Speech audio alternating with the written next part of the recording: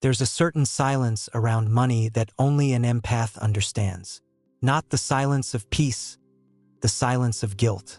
The feeling that wanting more somehow makes you less pure. And this is where the deepest financial wound begins. You learn to read emotions before you learn to read value. You sensed pain in people's voices, disappointment in their eyes, loneliness hidden behind smiles. So somewhere along the way, you started confusing love with sacrifice. And the world quietly benefited from that confusion. An empath often gives before being asked, pays before being appreciated, stays available before being respected, and without realizing it, turns emotional exhaustion into a lifestyle. Carl Jung once hinted that what remains unconscious controls our lives like fate. And many empaths unknowingly worship one unconscious belief. If I become financially powerful, I might become selfish. That fear sits deep in the nervous system, because as a child, you may have seen money connected to coldness, ego, control, or emotional absence. So your subconscious created a dangerous equation. Wealth equals emotional corruption. And every time abundance approached you, you sabotaged it softly, invisibly, almost spiritually. You lowered your prices. You over-explained your worth. You accepted less because you didn't want anyone to feel uncomfortable around your success. You became emotionally available to everyone except yourself. And the strange part? People praised you for it. They called you humble, kind, selfless. But deep down, your soul felt tired in a way sleep could never fix. Because the biggest financial mistake empaths make is not overspending. It's abandoning themselves to avoid triggering others. An empath can feel guilty for receiving too much, even when they gave everything, especially when they gave everything. So you attract relationships where your energy becomes currency. You become the unpaid therapist, the emotional rescuer, the person everyone leans on while your own dreams wait quietly in another room. And over time, your subconscious starts associating money with emotional danger. Because every time you grew stronger, someone accused you of changing. Every time you protected your energy, someone called you selfish. Every time you asked for fair value, someone became uncomfortable. This is why many empaths remain trapped between spirituality and survival. They think suffering makes them more lovable. But suffering was never your purpose. Awareness was. Jung believed the shadow forms when parts of yourself are rejected. And for many empaths, the shadow is power. Financial power, personal power, the ability to say no without guilt, to receive without apologizing, to stop shrinking so others can remain comfortable. The moment an empath heals financially, something shocking happens. They stop chasing emotional approval, and many people around them begin to panic. Because your overgiving once made others feel safe. Your exhaustion made them comfortable. Your self-neglect kept the balance they preferred. But your soul was never designed to survive on crumbs while feeding everyone else. And deep inside, you already know this. There comes a strange awakening when an empath finally understands. Being compassionate does not require being poor. Being spiritual does not require self-erasure. And protecting your energy is not cruelty. It is maturity. The universe does not reward silent resentment. It responds to alignment. And maybe this is why your life keeps pushing you toward uncomfortable lessons around money. Not to harden your heart, but to teach you that abundance without guilt is possible. Because the healed empath no longer bleeds energy to prove they are good. They understand something deeper. A closed hand cannot receive, and an empty soul cannot keep saving the world. Somewhere inside you, there is still a version of yourself waiting to feel safe receiving more. Not just money, respect, support, peace, overflow. And perhaps your real transformation begins the moment you stop asking, "How much can I give?" and finally ask, "Why was I taught I deserved so little?" There is another layer to this wound that most empaths never speak about. The fear of being seen as too much once money enters their life.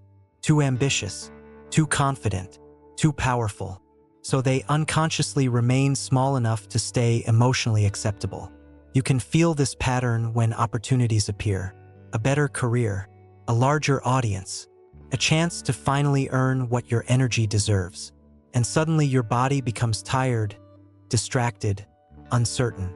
Not because you are incapable, but because your nervous system remembers what happened the last time you outgrew people. Many empaths were subtly punished for shining. Not openly, quietly, through distance, coldness, jealous silence, emotional withdrawal. So success stopped feeling safe. And this creates one of the strangest inner conflicts. Your soul wants expansion, but your subconscious associates expansion with abandonment.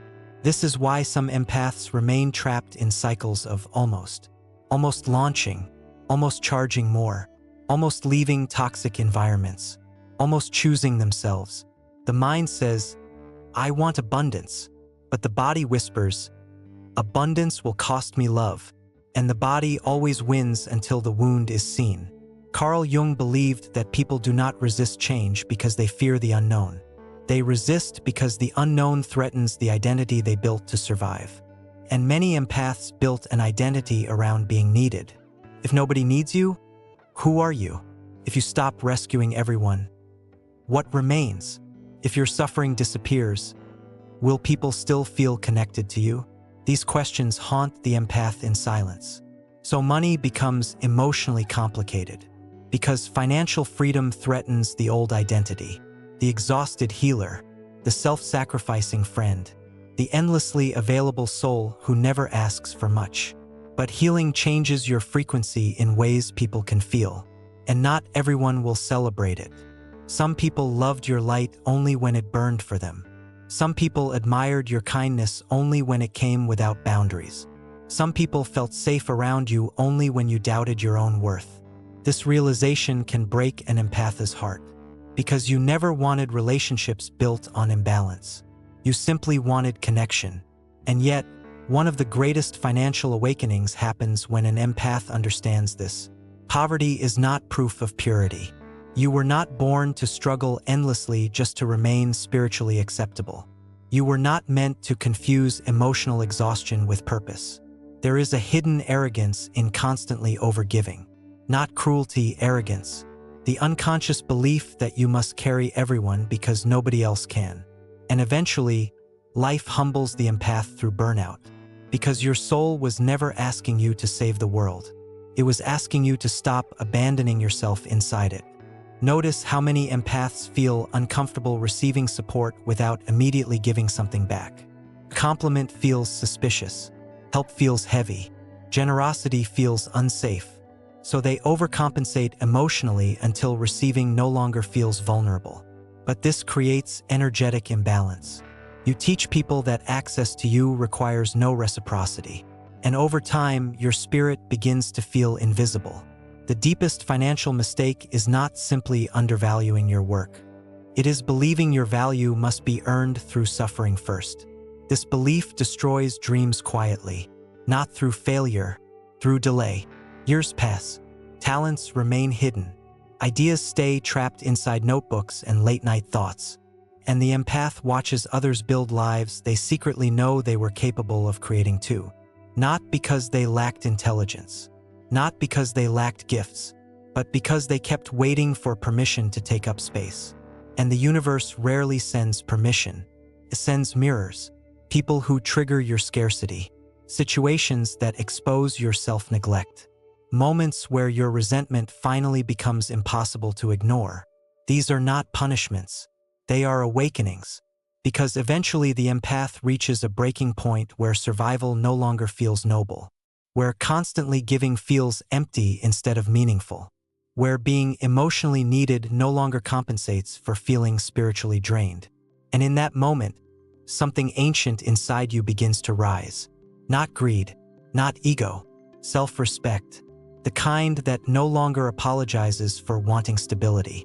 The kind that understands money amplifies who you already are. And if your heart is genuine now, abundance will not corrupt it later.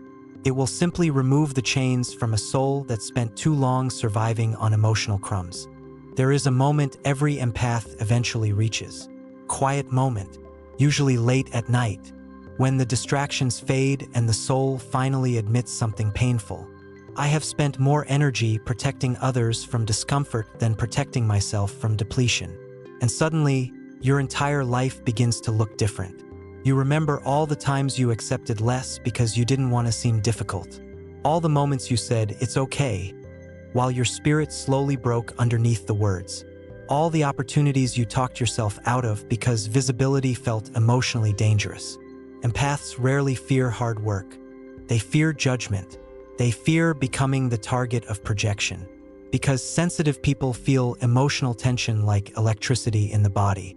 So many choose invisibility without realizing it. They dim their intelligence, their ambition, their prices, their dreams, their voice, not because they lack power, because they became addicted to emotional safety. And emotional safety can become a prison when your entire identity depends on keeping everyone comfortable around you.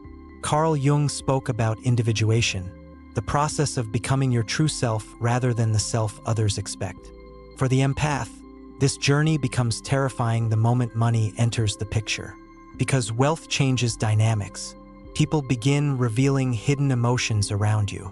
Competition, envy, distance, admiration mixed with resentment. And empaths feel all of it, sometimes before a single word is spoken. This is why many gifted people unconsciously remain underpaid. Not because they cannot succeed, but because success increases energetic exposure. More eyes on you, more opinions, more projections, more misunderstanding. And the empath secretly wonders, is peace worth more than expansion? But what many never realize is this: constant self-betrayal is not peace. It only feels quieter than conflict. Your nervous system may call smallness safe, but your soul experiences it as suffocation. That's why there's a strange sadness many empaths carry even when life looks stable from the outside. A grief without a visible cause. The grief of unlived potential. Deep down, you know you were meant for more. Not more superiority. More expression. More freedom. More life force flowing through your existence. But every time you moved toward it, guilt appeared like a shadow. Who taught you that your dreams inconvenience others? Who taught you that wanting abundance makes you selfish? Who taught you that your role is to absorb pain instead of create beauty? These teachings rarely came through words. They came through emotional conditioning. Parent who struggled silently. A relationship where your giving became expected. An environment where your sensitivity was useful, but your needs were inconvenient. And slowly, the empath learns a dangerous lesson. I matter most when I sacrifice.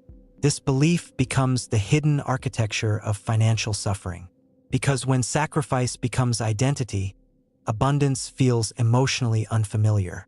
And humans often reject what feels unfamiliar, even when it is healthy. So the empath unconsciously recreates struggle. Not because they enjoy pain, because struggle feels emotionally recognizable. Chaos becomes home. Overgiving becomes love. Exhaustion becomes proof of worth.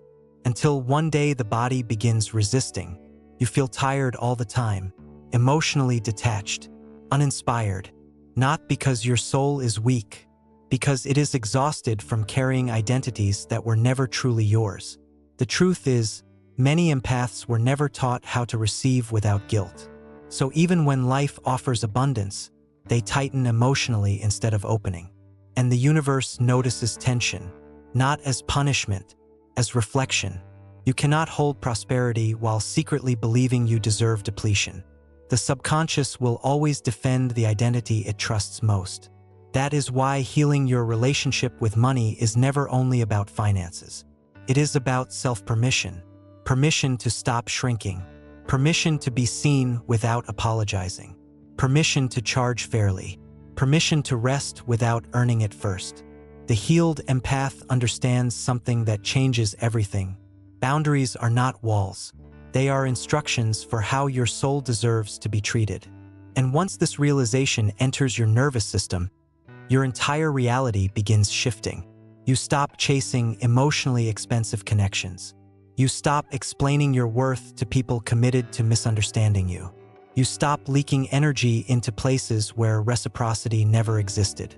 At first, this transformation feels lonely, because many people were attached to the version of you that abandoned itself for love. But eventually, a deeper peace arrives. The peace of no longer negotiating against your own spirit. The peace of realizing your gifts were never meant to destroy you. The peace of understanding that abundance is not the enemy of empathy. In many ways, it is what finally allows empathy to breathe. And perhaps this is the hardest truth an empath will ever face. Some people only loved the version of you that had no boundaries. Not because you were weak, because your endless availability made them comfortable. Your silence protected them from accountability. Your self-sacrifice allowed others to avoid their own emptiness. The moment you begin valuing yourself differently, the energy around you shifts.